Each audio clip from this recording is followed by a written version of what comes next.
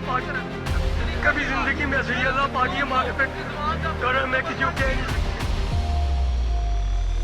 अस्सलाम वालेकुम ख़वातीन व हज़रात, प्रोग्राम अवामी केस की लेटेस्ट एपिसोड के साथ रुहाना बॉबी आपके सामने मौजूद है। तमाम देखने वालों का बहुत बहुत शुक्रिया। ख़वातीन हज़रात, आज का केस बड़ा ही अहम है क्योंकि आज के केस में हम हमारी नस्ल की तबाही पर बात करेंगे। किसी भी मुल्क को तबाह करना हो तो उसकी नौजवान नस्ल को बेरारवी और मंशियात जैसी लत पर लगा दो और फिर उस मुल्क की तबाही का तमाशा देखो। मंशियात की अगर बात कीजिए ख़वातीन हज़रात, तो हमारी नौजवान नस्ल की नसों में भर चुका है, बल्कि भर दिया जा चुका है, कहा जाए तो गलत नहीं होगा।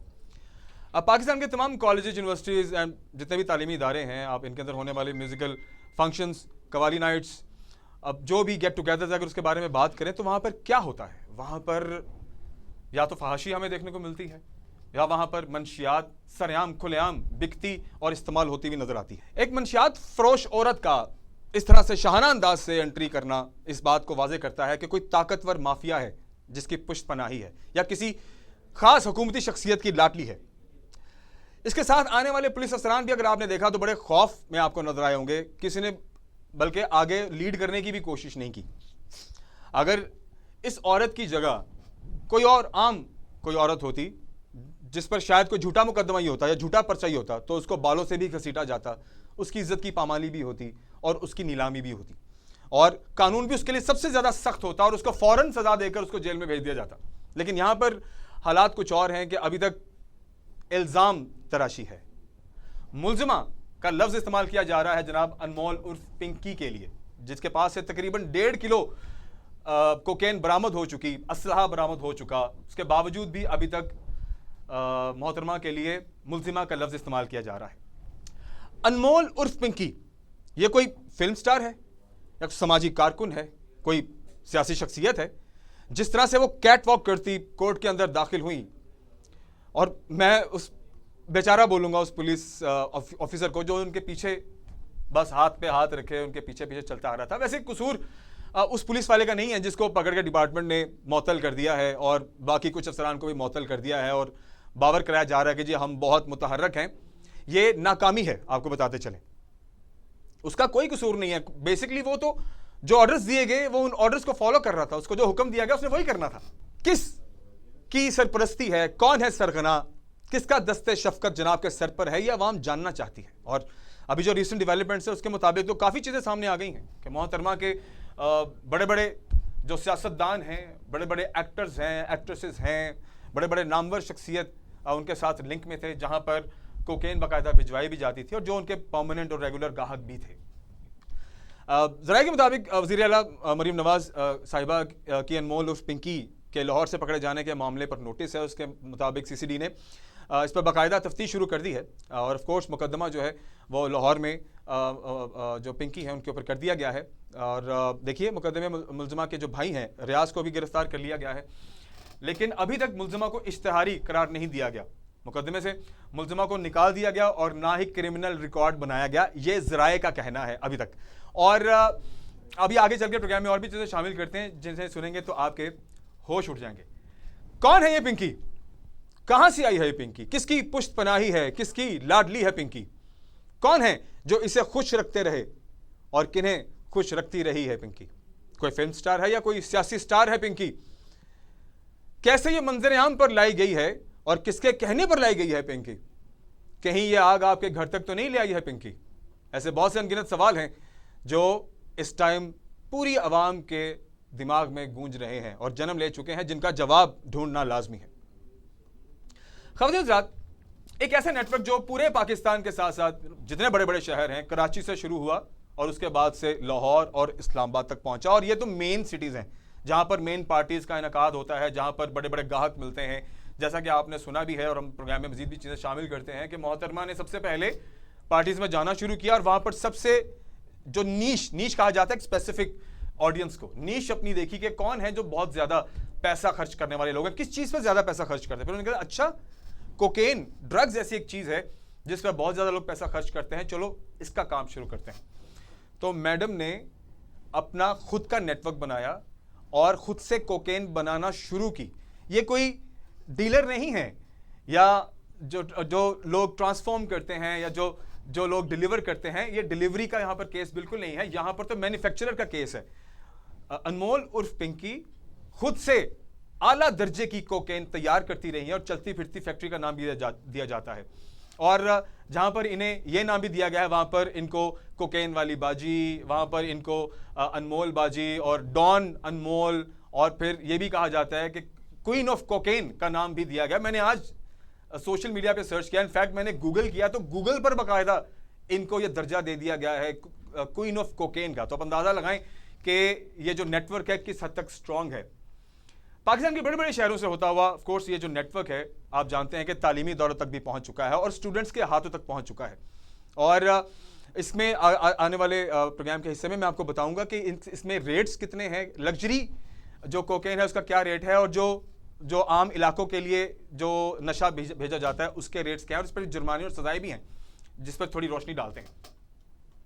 कोकेन को वैसे तो आला दर्जे की लग्जरी दवा समझा जाता है। ये दवा नहीं है, बेसिकली आला दर्जे का नशा समझा जाता है जिसकी कीमत इलाकों के हिसाब से अलग अलग है। आमतौर पर जैसे आप डीएचए चले जाएं या आप जैसे कि कराची क्लिफ्टन डीएचए बहुत ज़्यादा वहाँ पर ये कोकेन जाती है। लाहौर में डिफेंस है, इस्लामाबाद में जैसे बहरिया टाउन और डिफेंस और इस तरह की जो बाकी बड़ी बड़ी जो कॉलोनीज़ और जो टाउन्स हैं वहाँ पर तो ये बहुत महंगी बिकती है। और इससे जो आला दर्जे कि जो थोड़ी सी बेहतर दर्जे की कोकेन है वो तकरीबन 25,000 रुपये फी ग्राम के तौर पर, मतलब ये रेट है उसका जो जिस हिसाब से ये बिकती है। और जो अल्ट्रा ग्राम जिसको पुराना वर्जन, आपने सुना होगा कि जो ड्रिंक जिसको शराब कहते हैं, तो शराब जितनी पुरानी हो वो उतनी ही महंगी होती है, और जो पीते हैं उनका ये कहना है कि ये इसका मज़ा ही अलग होता है। तो जितनी पुरानी हो उतनी महंगी तस्वर की जाती है। तो ठीक उसी तरीके से कोकेन में भी एक ऐसा वर्जन है जो कि जिसको आप लग्जरी वर्जन कह सकते हैं, गोल्डन वर्जन कह सकते हैं, कि जो पुराना वर्जन कहलाता है, और इसका जो रेट है वो तकरीबन 40,000 से 50,000 रुपये फी ग्राम तक जाता है। ख़वातीन हज़रात, इस सारे मामले में अनमोल उर्फ पिंकी जो है ऑफ कोर्स वो मरकज़ी किरदार है, मरकज़ी शख्सियत हैं जिन पर कोकेन सप्लाई का नेटवर्क जो है वो चलाने का इल्ज़ाम है। बुनियादी तौर पर कराची के आला तरीन इलाकों में ये अपना कारोबार करती रही हैं, लेकिन जो रिसेंट डेवलपमेंट है, जो रिसेंट अपडेट है, उसके मुताबिक अब इनका जो नेटवर्क है उनमें कुछ लोग हैं जिनके नाम अब मंजर आम पर आए हैं। जैसे कि आदिल उर्फ विकी है जो तालीमी इदारों में मंशियात की सप्लाई में सरगर्म रहे, और सिर्फ कराची में नहीं बल्कि लाहौर, इस्लामाबाद, ये 3 बड़े जो शहर हैं ये इनके टारगेट रहे हैं। और इन शहरों के जो मेन तालीमी इदारे हैं, मेन यूनिवर्सिटीज़ हैं, कॉलेजेस हैं, इंस्टीट्यूट्स हैं, वहाँ पर जो ये मंशियात है इसकी जो सप्लाई है वो जनाब आदिल उर्फ विकी देखते रहे हैं। फिर बेबो और हीरा, ये 2 एक और नाम सामने आए हैं जो कि डिस्ट्रीब्यूशन नेटवर्क को देखते थे और इसको कुछ हिस्सों में मैनेज भी करते थे एज अ मैनेजर। तो ये डिस्ट्रीब्यूटर्स थे, ठीक है। और फिर नादिर खान एक और नाम सामने आया है जो कि इस सारे मामले में इस सारी जो मंशियात है इसको सप्लाई करते थे, और ये एज ए ड्राइवर इसमें अपनी ड्यूटी दे रहे थे। इनको भी खैर गिरफ्तार कर लिया गया है। और एक आखिरी नाम ज़ीशान, जिनका बैंक अकाउंट इस्तेमाल होता था और सारी पेमेंट्स उन्हीं के अकाउंट में ट्रांसफ़र होती थी। तो ये कुछ नाम है जो रिसेंट डेवलपमेंट्स में सामने आए हैं और पुलिस की तफ्तीश इस मामले में जारी है। ख़वातीन हज़रात, मंशियात पाकिस्तान में संगीन तरीन जुर्म है और इसके ऊपर मुख्तलिफ नौयत की सज़ाएँ हैं। मिसाल के तौर पर जो कम से कम मकदार है, अगर किसी शख्स से मंशियात बरामद होती है तो उसकी कम से कम जो सज़ा है वो 2 साल कैद है। अगर 100 ग्राम से 1 किलो के दरमियान में अगर मंशियात बरामद होती है तो जो सज़ा है वो 7 साल की कैद है। इससे आगे बढ़ते हैं। अगर 1 किलोग्राम से ज़ायद अगर मंशियात किसी भी शख्स से बरामद होती है तो एक तो सेक्शन C लगता है, दूसरा इसे इंतहाई संगीन जुर्म माना जाता है और इसकी जो सज़ा है वो उम्र कैद या सज़ाए मौत है या फिर 14 साल की कैद है। ये जज पर और ओवरऑल जो प्रूफ्स हैं उसके ऊपर डिपेंड करता है। और इसमें जुर्माना भी है। जो जुर्माना है वो जो मैक्सिमम वो 1 मिलियन यानी 10 लाख रुपए तक का जुर्माना है। इसमें अगर 10 किलो से ज़्यादा भी अगर आपसे बरामद हो जाती है तो एक तो संगीन जुर्म है ही, सज़ाएं आपके सामने हैं, तो कम से कम जो सज़ा होगी वो उम्र कैद ही होगी, इससे कम और कुछ नहीं हो सकता। और भी कुछ अहम चीज़ें इसमें हैं। असासा जात की जब्तगी भी है, जैसे कि मुजरिम के मंशियात की कमाई से बनाए गए जितने भी असासे हैं यानी प्रॉपर्टी है या कोई बैंक अकाउंट्स हैं या और कोई चीज़ों की कोई ख़रीद की गई है तो एक तो वो जब्त कर लिए जाते हैं। फिर उसके साथ साथ क्योंकि हीरोइन एक स्मगलिंग अगर इसकी होती है तो संगीन जुर्म माना जाता है, इस पर खुसूसी दिफात हैं और 14 साल से ज़ायद की कैद और फोर्स कम से कम 20 लाख रुपए जुर्माना, ये दोनों चीज़ें हो सकती हैं। जनाब, कोकेन आइस के नशे को तो आप अभी फिलहाल हम उसकी बात ज़रा कम करते हैं। जो मोस्ट इंपॉर्टेंट बात जो आज के इस प्रोग्राम में मेरे लिए है वो ये है कि इस टाइम पाकिस्तान की मार्केट में मेडिकल स्टोर्स पर जो दवाएं और जो दवाओं का नशा सरेआम बिक रहा है उस पर कोई बात नहीं कर रहा। जैसे आप देखते हैं कि एंजाइटी और डिप्रेशन के नाम पर मिलने वाली जो दवाइयां हैं वो इस कदर गलत उनका इस्तेमाल हो रहा है और यूथ इस कदर उसका गलत इस्तेमाल कर रही है कि आप उसका अंदाज़ा नहीं लगा सकते। खबीज़ रात एक टैबलेट है, एक कैप्सूल है जिसका नाम गैबिका है। ये टैबलेट कैप्सूल दोनों सूरतों में मिलता है। इसको प्री गैबलिन कहते हैं। इसका जो वेट है मतलब ये 25 mg से लेकर 300 mg तक आपको मार्केट में मिल जाती है और ये एक पत्ता होता है जिसमें 7 कैप्सूल होते हैं और इसकी जो कीमत है सिर्फ 150 रुपये है। और मार्केट में आप किसी भी मेडिकल स्टोर से जाएं आपको ये आम वहाँ पर मिल जाता है बगैर किसी डॉक्टर की प्रिस्क्रिप्शन के, बगैर किसी फार्मासिस्ट की मौजूदगी के। आप लोग गूगल कर लें तो आपको साफ लिखा हुआ मिलेगा कि डॉक्टर की हिदायत के बगैर इसको इस्तेमाल नहीं कर सकते और ज़रूरत से ज़्यादा का इस्तेमाल आपको एडिक्टिव बनाता है। यानी अगर आप एक्सेसिव यूज़ करते हैं तो ये आपको आदी बना देता है जो आपको नशे की जानिब लेकर के जाता है। मेरे इल्म के मुताबिक शायद दुनिया में जितने भी नशे हैं वो छूट सकते हैं, लेकिन जो मेडिसिन का नशा है क्योंकि ये स्लो पॉइजन है, ये आम आपको मिल भी जाता है। जो मरीज हो जाता है इसका या जो एडिक्टिव हो जाता है मेडिसिन के नशे का, उसकी वापसी बहुत मुश्किल हो जाती है। और फिर जो लोग ये मेडिसिन का नशा करते हैं वो आपको आसमान में घूमते हुए फिरते हुए दिखाई देते हैं, वो गुम होते हैं 2-2 3-3 दिन। मेरे करीबी लोगों का ये वाकया जो कि मैं इसमें शामिल करना चाहूँगा। गवर्नमेंट ने लाजिम करार दिया था कि हर फार्मेसी के ऊपर फार्मासिस्ट का होना ज़रूरी है 24 घंटे के लिए, लेकिन उसके बावजूद आप देखिए ऐसी बहुत सी फार्मेसी है जहाँ पर आपको फार्मासिस्ट नहीं मिलते और आपने कोई भी मेडिसिन लेनी है आप वहाँ पर अपनी रिक्वेस्ट रखेंगे आपको मेडिसिन मिल जाएगी। हालांकि जो एंजाइटी या जो डिप्रेशन की गोलियां हैं ये डॉक्टर की हिदायत के बगैर, डॉक्टर की प्रिस्क्रिप्शन के बगैर आपको कोई भी मेडिकल स्टोर दे ही नहीं सकता और छोटी छोटी उम्र के बच्चे इस नशे का शिकार हैं। सवाल यह है कि जिम्मेदार कौन है और मैं हैरान हूं कि इस मामले पर कोई बात ही नहीं कर रहा, किसी ने कभी कोई बात ही नहीं की।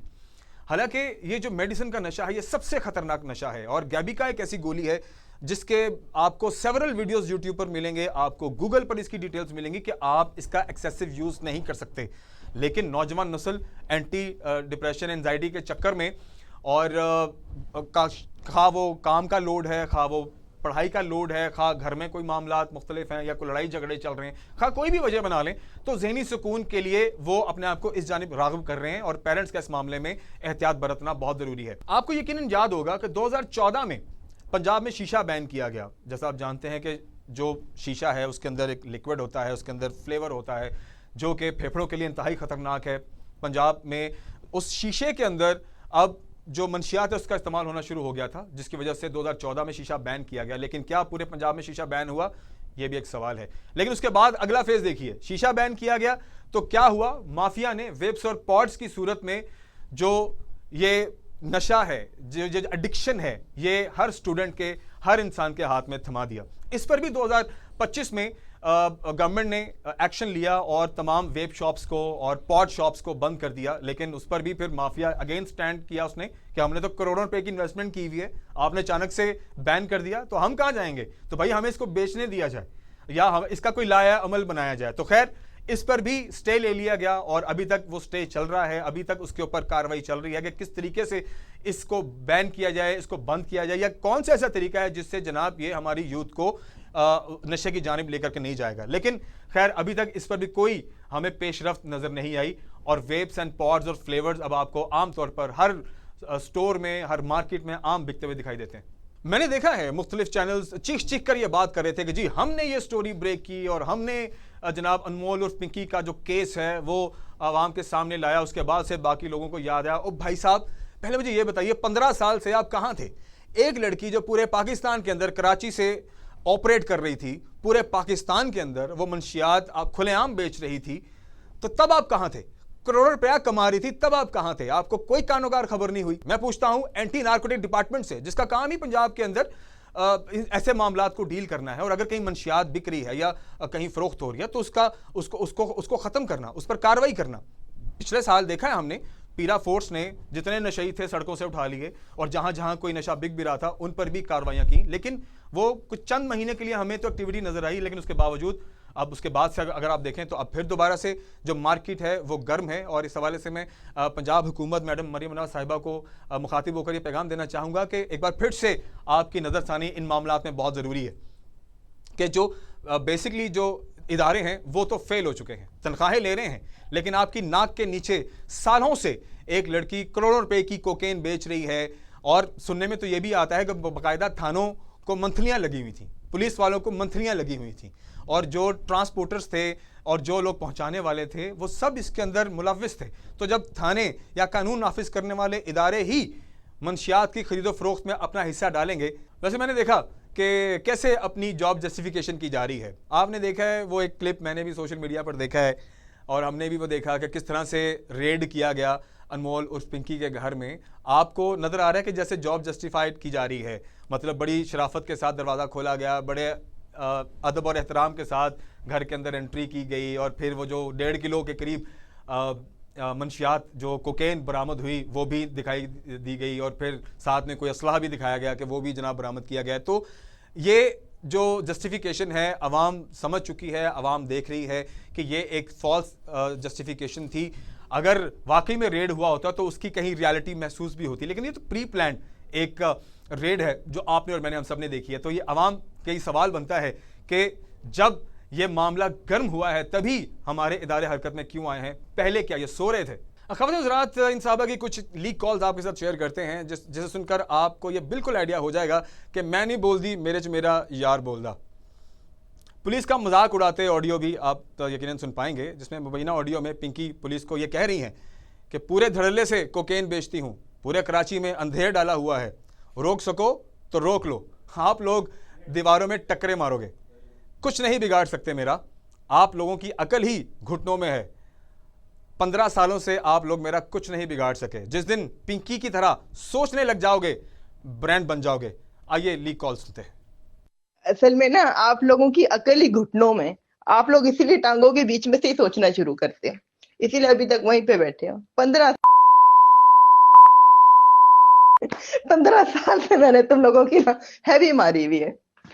अब पता नहीं कहाँ से आ जाते हैं मुंह उठा के, पिंकी, मैं पिंकी को पकड़ूंगा मैं पिंकी को पकड़ूंगा। तौबा तौबा, कोई हाल नहीं है तुम लोगों का। फिर 5 साल हो जाते हैं, 6 साल हो जाते हैं, 7 साल, 8 साल, 9 साल रिटायर हो जाते हैं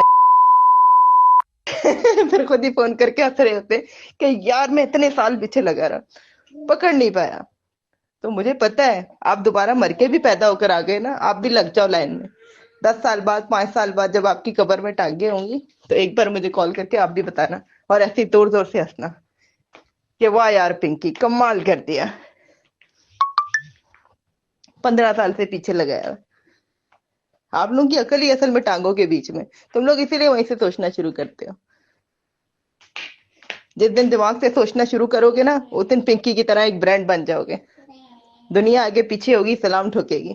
ठीक है, ये मेरे साथ ये फालतू बातें नहीं क्या करे, बच्चों वाले काम है जो आप मेरे साथ फजूल बातें। और हाँ, सन्नी भी मेरे पास ही है और लकी भी मेरे पास ही है। मैंने कहा क्या यार ऐਵੇਂ ही बच्चों को तंग करोगे, ठीक है तो उठा लो अगर उठा सकते हैं। मेरे पास से धड़ल्ले से काम कर रहे हैं, पूरे कराची में अंधेर डाला हुआ है, रोक सको तो रोक लो। ख़वातीन हज़रात, अनमोल उर्फ पिंकी का लबो लहजा आपने सुन लिया। उनका कॉन्फिडेंस बहुत ज़्यादा सवाल खड़ा करता है पाकिस्तान के लॉ एंड ऑर्डर पे, पाकिस्तान की हुकूमत पर, पाकिस्तान के इदारों पर। आइए एक ब्रेक की जानिब जाते हैं और ब्रेक के बाद हम वापस आएंगे। हमारे साथ माहिर नफ्सियात होंगी, किस तरह से नशा मंशियात हमारी यूथ को ख़राब कर रहा है, हमारी यूथ को तबाह कर रहा है, और इसके इफ़ेक्ट्स क्या हैं, कैसे आप देख पाएंगे, और स्पेशली जो पेरेंट्स हैं उन्हें किन किन चीज़ों का ख्याल रखना है अगर उनके बच्चे इस किस्म के किसी भी नशे में इन्वॉल्व हैं। ब्रेक की जानिब जाते वापस आते हैं, हमारे साथ रहिए। कभी जिंदगी में ऐसे अल्लाह पाक, कभी जिंदगी में ऐसे अल्लाह पाक ये मांग पे कर मैं कि जो कह कभी जिंदगी में ऐसे अल्लाह पाक, कभी जिंदगी में ऐसे अल्लाह पाक ये मांग पे कर मैं कि जो कह। ख़वातीन प्रोग्राम में आगे बढ़ते हैं और प्रोग्राम का यह हिस्सा बहुत ही अहम है क्योंकि यह हिस्सा हमारी यूथ से जुड़ा है और डेफिनेटली आज के प्रोग्राम में जैसे हमने चीज़ें शामिल की हैं, तो इसका जो इम्पैक्ट, ह्यूमन इम्पैक्ट ऑन जो इंसान के दिमाग पर इसका जो इम्पैक्ट है, जो हमारी यूथ के ऊपर इम्पैक्ट है, जो नौजवान नस्ल इसका शिकार है, इस पर बात होना बहुत ज़रूरी है। फिलहाल आगे बढ़ते हैं और प्रोग्राम में शामिल करते हैं हमारे आज के गेस्ट को। हमारे साथ डॉक्टर फातिमा मौजूद हैं, फातिमा महमूद। आप क्लिनिकल साइकोलॉजिस्ट हैं एंड हिप्नोथेरेपिस्ट हैं। प्रोग्राम में वेलकम करते हैं। डॉक्टर साहब कैसे हैं? आप ठीक ठाक हैं? अल्हम्दुलिल्लाह, आप कैसे हैं? जी करम लगा ठीक ठाक। तो डॉक्टर साहब, आपने यकीनन देखा होगा कि गुज़श्ता कुछ दिनों से सोशल मीडिया पर एक नाम बहुत वायरल है, अनमोल उर्फ पिंकी, जिनका ताल्लुक एक मंशियात फरोशी से है और ये इस टाइम बड़ा हॉट टॉपिक है जिस पर तकरीबन हर जगह ही बात हो रही है। आप पेशे से साइकोलॉजिस्ट हैं, आप पेशे से हिप्नोथेरेपिस्ट हैं। सबसे पहले मुझे ये बताइए, आप किस किस्म के जो पेशेंट्स हैं उन्हें डील कर रही हैं आजकल? देखिए, डिफरेंट जो है ना, मैं कैटेगरी के क्लाइंट्स डील कर रही हूँ, related to anxiety, depression, borderline. But ये सारे आजकल जो है लीड, जब आपका बहुत ज़्यादा मेंटल स्ट्रेस, जब ये कोप अप नहीं कर पा रहे, तो मेजॉरिटी जो है वो ड्रग्स की तरफ जा रही है। और फिर ड्रग्स को भी हम, ड्रग्स वाले क्लाइंट्स को भी डील कर रहे हैं। अच्छा, इसमें मुझे ये बताइए, एज जो नंबर है या जो एज ब्रैकेट है, जो स्पेशली ड्रग्स में मुब्तला लोग हैं, वो कौन है? क्या एज है उनकी? अच्छा, अनफॉर्चुनेटली आजकल teenager, youngsters like 14, you can't believe कि 14, अभी रिसेंटली मेरा एक क्लाइंट है, ही इज 13 इयर्स ओल्ड और वो ही इज टेकिंग ड्रग्स। 13 से लेके 40, 45, 50 की ब्रैकेट है जो आजकल ड्रग ले रहे हैं। और बहुत ज्यादा जो सेवेरिटी, मतलब आप कह लें कि जिनकी रेशियो ज्यादा है, वो टीनेजर्स से लेके 35 की एज है जो ड्रग्स बहुत ज्यादा ले रहे हैं, 35 to 40। तो डॉक्टर साहब, अगर ये कहा जाए जो 13 की एज, ऑफ कोर्स ये तो वो एज है जो स्कूल से ही शुरू हो जाती है, सही है?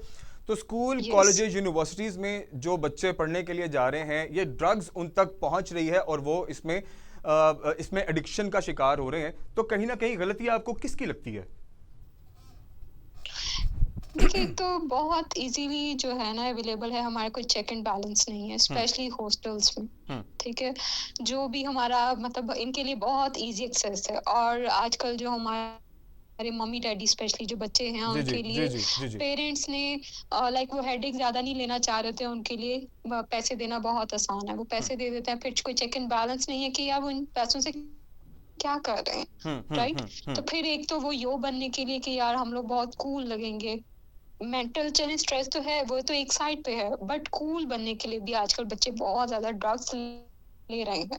सही है। अच्छा, इसमें रियलिस्टिक जो दुनिया है उसको मीट करने के लिए। अच्छा, इसमें एक चीज मैंने देखी है डॉक्टर साहब, ये कि देखिए अभी जो एक कोकेन और आइस, ये महंगे ड्रग्स में इनका शुमार होता है और ये लग्जरी ड्रग्स कंसिडर हो रही हैं। लेकिन I have seen so many students, मैंने ऐसे बहुत से पेशेंट्स देखे हैं जो ये जो मेडिसिन का नशा है, इस पर बहुत ज़्यादा मैंने देखा है। कई लोग, ये बच्चे भी कहते हैं कि जी मेडिकल के स्टूडेंट्स, क्योंकि उन्होंने बहुत सख्त पढ़ाई करनी होती है, इस वजह से उन्हें जागना पड़ता है और जागने के लिए उन्हें ऐसी कोई ना कोई ड्रग लेनी पड़ती है जिसकी वजह से वो ज़्यादा देर तक जागते रहें और पढ़ सकें। क्या ऐसा आपकी जो स्टडी है वो ऐसा कहती है कि ऐसा कुछ मुमकिन है, ऐसा होता है?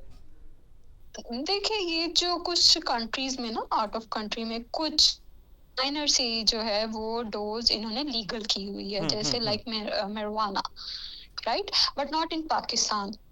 ओके, हम लोग बहुत, और वो भी शॉर्ट टर्म उनकी जो है अवेकनिंग के लिए है कि वो तब बहुत ज्यादा हमारा माइंड बहुत एक्टिव हो जाता है, हम लोग उसको ले लें, बट आफ्टर इफेक्ट्स इसके बहुत ज्यादा वर्स्ट हैं।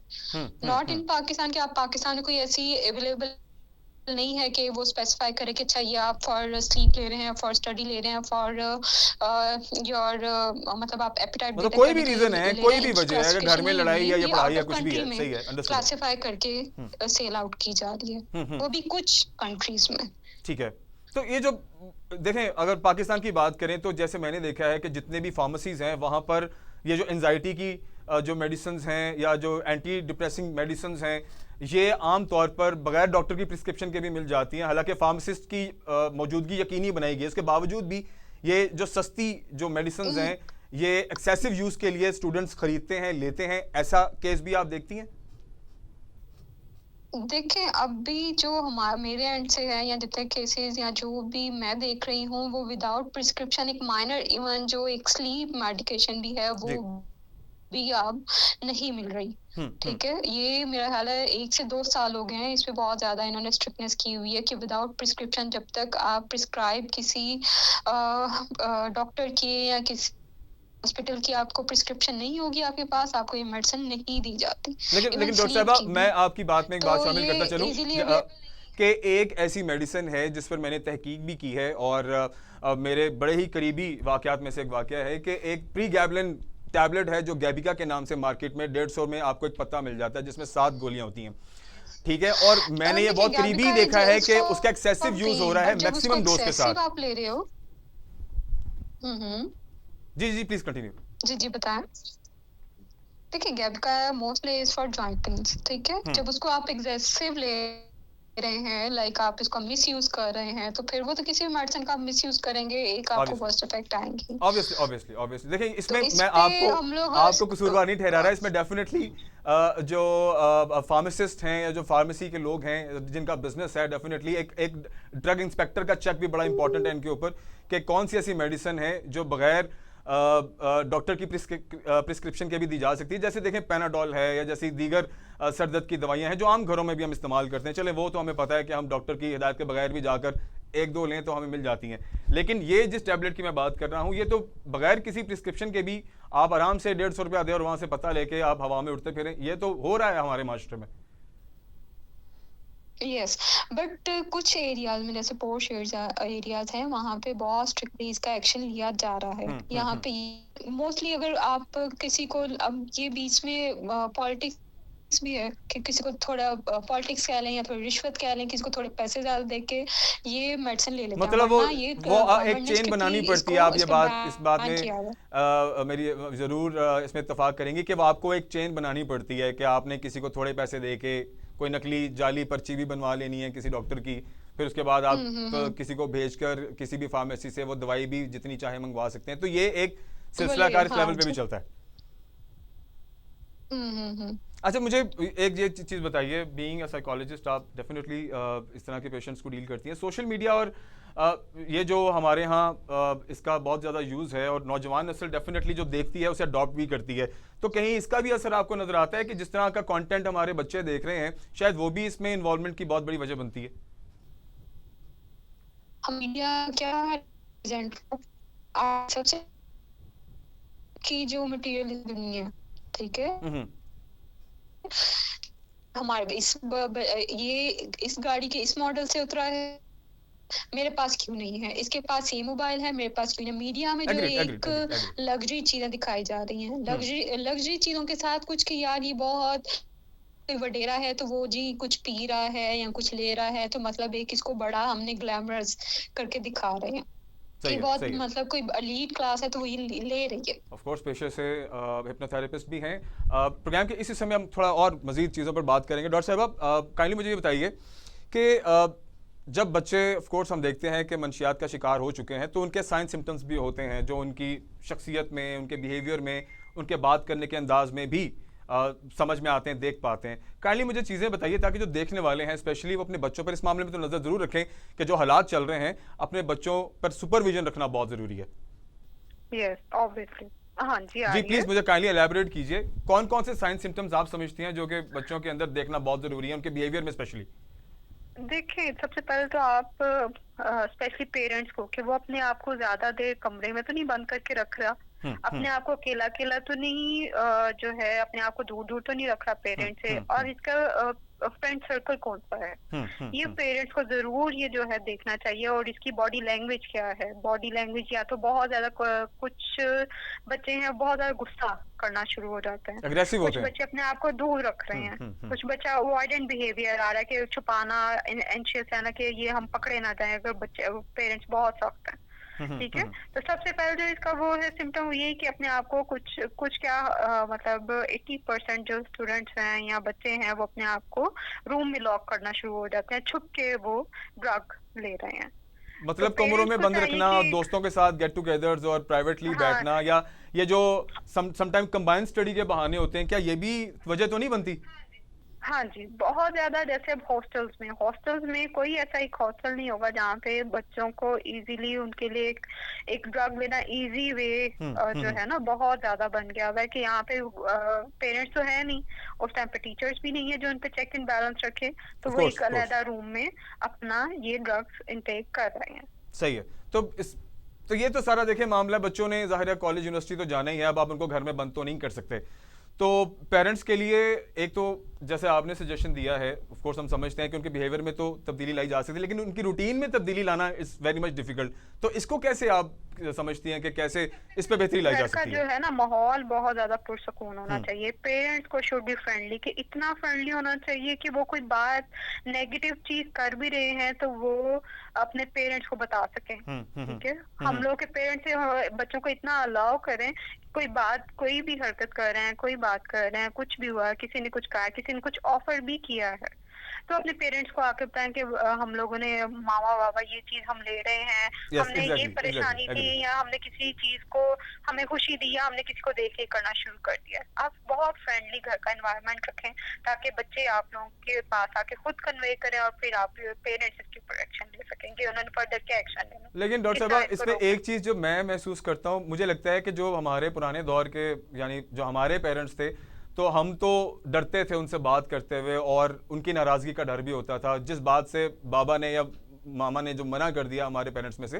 तो हम वो मान जाते थे। लेकिन आज की जनरेशन जो है वो थोड़ा वो अग्रेसिव भी है, वो थोड़ी अपनी मनमानी की आदी है, उसे लगता है कि उन्हें ज़्यादा बेहतर पता है और उनके पेरेंट्स को कम पता है। तो ये जिस गैप की आप बात कर रही हैं जिसको कम होना चाहिए, आपके ख्याल से जितना फ्रेंडली रहेंगे उतना बेहतर होगा ताकि बच्चे हर चीज शेयर कर सकें? बच्चे अपनी चीजें शेयर कर सकें। देखिए अब ड्रग केसेस हमें डर था कि हमारे पेरेंट्स हैं थोड़ा स्ट्रिक्ट हैं, हमारा चेक एंड बैलेंस ज्यादा रख रहे हैं। Yes, ठीक है, yes, yes. आजकल पेरेंट्स ने भी चेक एंड बैलेंस रखना कम कर दी है। और या तो फिर वो चेक एंड बैलेंस, जैसे मैंने पहले आपको बताया कि यार पैसे दे दिए चलें, वो अपनी जरूरियात पूरी कर लें, और कोई उसमें हम लोगों ने चेक एंड बैलेंस नहीं रखा कि बच्चा क्या कर रहा है, किन फ्रेंड्स के साथ है। तो इसी वजह से ड्रग केसेस भी ज्यादा आना शुरू हो गए हैं कि बच्चों को एक पहले नंबर पे डर ही नहीं रहा पेरेंट्स का, और सेकंड थिंग के पेरेंट्स पूछ ही नहीं रहे कि यार तुम क्या कर रहे हो। फ्रेंडली एनवायरनमेंट से दूर की बात है, वो पूछ ही नहीं, वो अपने कामों में बिजी हैं, बच्चे अपने कामों में बिजी हैं। ये एक अलमिया है हमारे। इसमें एक आपकी हेल्प बहुत जरूरी है, आपसे बात करते हुए देखने वालों तक ये पैगाम जरूर जाना चाहिए। देखिए शायद ऐसे हजारों लोग होंगे, लाखों लोग होंगे जो कहीं ना कहीं कोई कम एडिक्टिव है या कोई ज्यादा एडिक्टिव है, कोई रिहैब पहुंचा हुआ या कोई साइकोलॉजिस्ट को या साइकेट्रिस्ट को विजिट कर रहा है। तो ऐसे बहुत से पेरेंट्स भी होंगे, ऐसे बहुत से लोग होंगे जो ये प्रोग्राम देखेंगे भी और इन क्लिप्स को भी देखेंगे। क्या पैगाम देंगी उन्हें, वो जो बच्चे इन्वॉल्व हो चुके हैं, जिनके पेरेंट्स को पता है किस तरह से बिहेवियर अपने बच्चों के साथ बनाएं और कैसे उनको नॉर्मल लाइफ की तरफ वापस लेके आएं, जो आप बेहतर समझती हैं? देखिए अगर अभी इन्होंने स्टार्टअप लिया है तो पहले तो उनके जो फ्रेंड सर्कल है उसको चेक करें। ठीक है, किन फ्रेंड्स के साथ बैठ रहे हैं, फिर इस तरह का एनवायरनमेंट बनाए कि वो जो भी अगर किसी स्ट्रेस में ले रहे हैं या पीयर प्रेशर में ले रहे हैं तो वो उसको क्विट कर सकें ड्रग को। अगर बहुत एक्सेसिव या बहुत ज्यादा यूज टू हो गए हैं, एडिक्टिव हो गए हैं, तो फिर they should consult to a specialist के अपने किसी स्पेशलिस्ट को चेक करवाएं इसके ट्रीटमेंट के लिए। ये घर में बैठे हुए ट्रीटमेंट नहीं हो सकता अगर बहुत स्वेटी आ गई, बहुत एडिक्शन हो गई है। अच्छा, मुझे जो देखें साइकोलॉजिस्ट या साइकेट्रिस्ट तक की जो सिचुएशन या कंडीशन है जिसमें लगता है कि शायद वापसी मुमकिन है, क्या आप अपने पेशे के एतबार से, अपने एक्सपीरियंस के एतबार से ज़रूर बताइए, क्या ये भी मुमकिन है कि साइकेट्रिस्ट या साइकोलॉजिस्ट को अगर विजिट्स कराया जाए रेगुलर बेसिस पे तब भी बच्चे फौरी क्विट तो नहीं करते but Aahista Aahista normal life की तरफ वापस आ जाते हैं? जी, टेपर ऑफ करना होता है ना, जैसे हम कोई मेडिसिन ले रहे हैं उसको टेपर ऑफ करते हैं, वैसे एडिक्शन कोई भी एडिक्शन है हमने उसको टेपर ऑफ करना, मतलब उसका कम ही करनी है उसके अंदर आहिस्ता आहिस्ता। वो 2 to 3 months का कोर्स होता है जो हम करवाते हैं, उसके बाद दे विल ऑल फाइन। ठीक हो गया, चलिए बहुत शुक्रिया डॉक्टर साहब आपके कीमती वक्त का, आपने हमारे साथ अपने एक्सपीरियंस, अपनी थॉट्स शेयर की। Thank you very much. Thank you. कभी जिंदगी में ऐसे अल्लाह पाक, कभी जिंदगी में ऐसे अल्लाह पाक ये मांगते, मैं किसी को कह नहीं